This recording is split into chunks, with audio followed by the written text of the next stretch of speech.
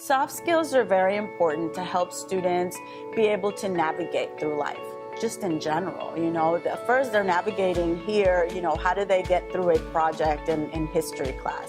If they're working in a group. But then it's also, in high school when they're trying to prepare themselves for the future, you need to be able to collaborate and to think critically and to work in groups to fix problems. So we can't focus just on academics. Academics are very important and they are a foundation, but they're definitely not going to take them where they need to go. They need the soft skills. They need just to be able to do all that. We do think that it's important enough to make the time, but then how do you get the most bang for your buck, right? And so you have to align those needs with what you still have to do, which would be like the state standards. So since we see that it's very important, but we feel that we don't have the time, we have to find a way to marry those two things. We have to be able to make it work.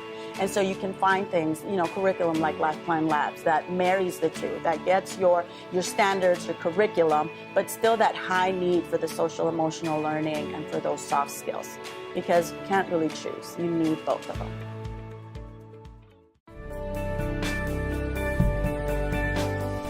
LifePlan Labs. Plan here. Succeed everywhere.